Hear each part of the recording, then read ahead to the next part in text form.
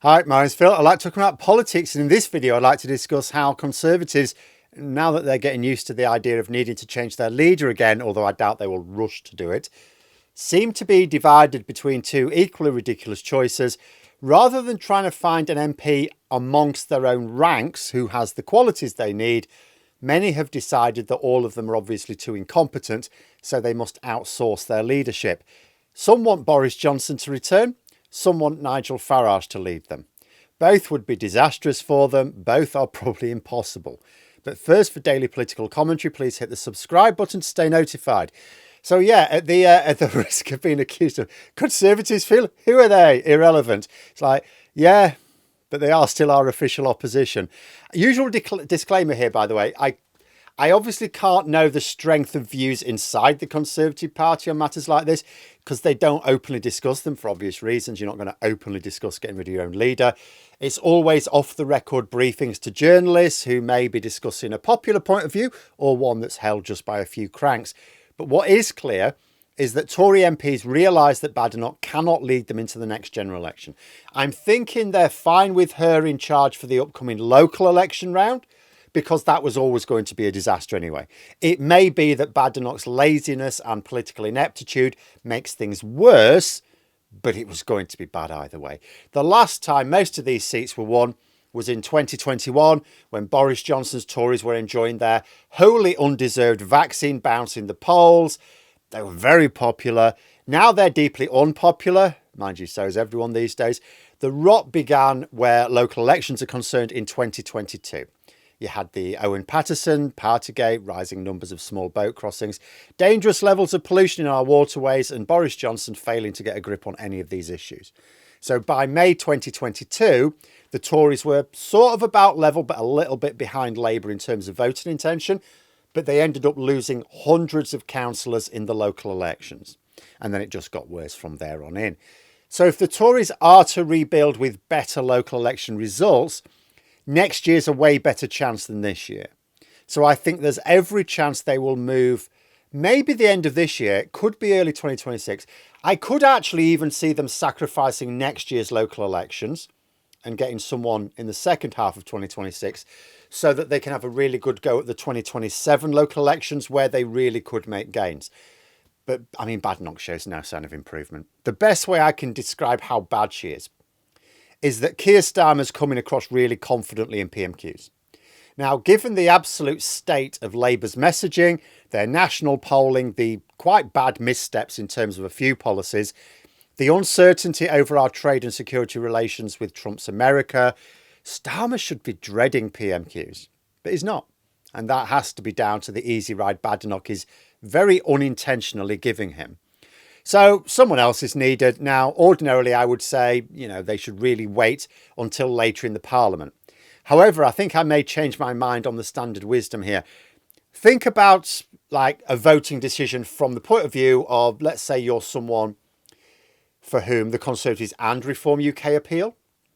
Now, if you believed that the Conservatives actually did well in government, you would obviously carry on voting for them anyway. So those people are not the Tories' target voter. So we're thinking of someone who recognises that the Tories messed up badly in government, so they can't count on their vote. Whether they think it was because they were too crazy or not crazy enough, they've definitely messed up.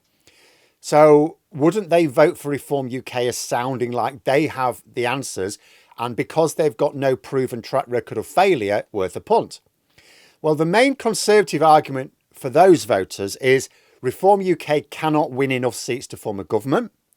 Even with the worst result in Tory history last year, they still ended up, well, at the moment, they've got, for every Reform UK MP, there are like 30 Tory MPs.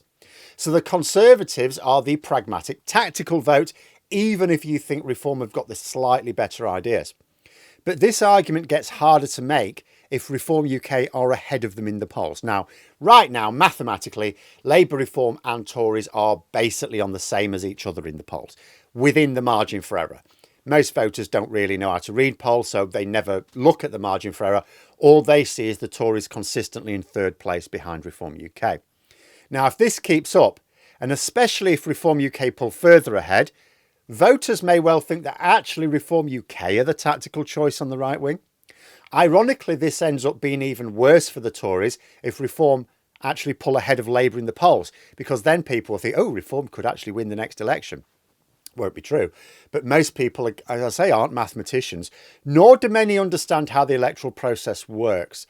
So the longer the Tories wait to replace Badenoch, yes, the more time they have to make a really good decision next time. They also allow a few little world events to take place so that the next leader can take a more definite direction on these things.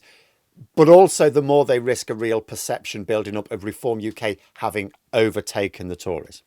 Once that happens, once that's firmly established in the public mindset, then either they're left hoping Reform UK implodes or they're toast. But the Tory MPs who are discussing replacements, albeit off the record, don't seem to be spending much time considering recruiting from within their own ranks.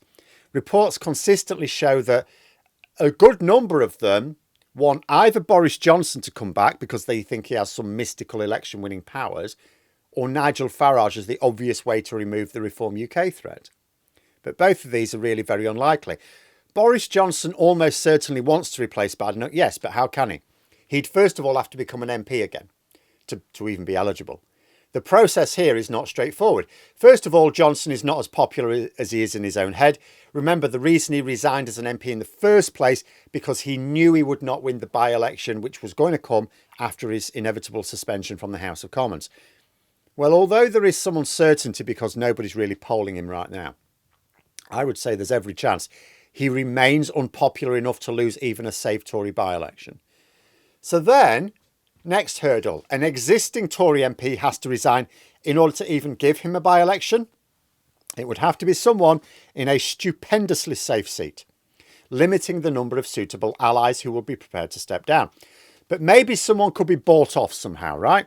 Or would do it because they genuinely believe in Boris Johnson. Next problem is that Kemi Badenoch would have to allow Johnson to stand as a candidate, knowing he would be doing so specifically to replace her. She would have to invite her own political assassin into the party.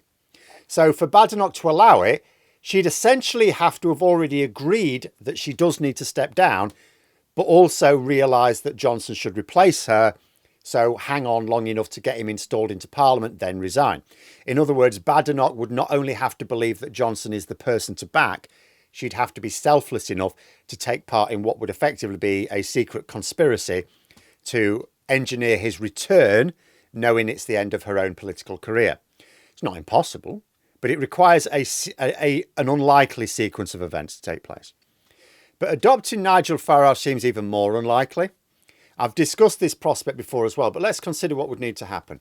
So first, whether it takes the form of joining the Conservatives or just merging the two parties together, it would need Farage to trust that Conservative MPs would vote for him to be their leader. Second, remember that Farage is resisting making Reform UK a proper political party. He said he was going to give the party ownership over to the members, but he hasn't done that. And that is because he didn't enjoy managing the infighting in UKIP. The way he sees it, and it's very him, is what the party needs, and what the country needs and everything else, is a strong autocratic leader. That's what he is with Reform UK. Well, he can't be an autocratic leader of the party with the Conservatives like he is with Reform UK. So he would then have to deal with all the inevitable infighting, which he can't be arsed with. Third, he'd have to sacrifice more of his core support. See, there are Reform voters who will not vote Tory even with Farage leading them, because they will still see him proposing to put into government position the same ministers who were associated with their failures in government before. Farage characterises the Tories as being too weak to implement Brexit properly. So what would it look like to his supporters if he joined them, even to lead them? And of course, the Conservatives would also lose some moderate support themselves, to the Lib Dems at least, by adopting the policies and rhetoric of Nigel Farage. As bad as the Tories are at the moment, they still don't go as far as Farage or Reform UK. Some Tories think you can just jam the Conservative and Reform votes together and you just merge the two parties. That isn't what would happen. You'll end up with something that may or may not be bigger than either of them currently. Sure, that's not clear to me. But other votes from both current parties would disappear elsewhere. In some cases, they'll just choose not to vote at all. The arrangement that Farage would probably prefer is for the parties to remain separate, but for an unofficial pact whereby the Tories essentially step aside in key reform targets, knackered towns in the north of England, Midlands, in return for standing aside himself in, say, the south of England and rural areas. But isn't it interesting that at least a number of Tory MPs noticeably think they need either Johnson or Farage in charge? That they not only look at their current leader and go, yeah, she's not up to it, but they think none of the other 120 of them could do the job either. That is some proper loser thinking. But there we are. Those are my thoughts. Let me know yours in the comments below. If you've enjoyed the video, please click the like button and subscribe for further content.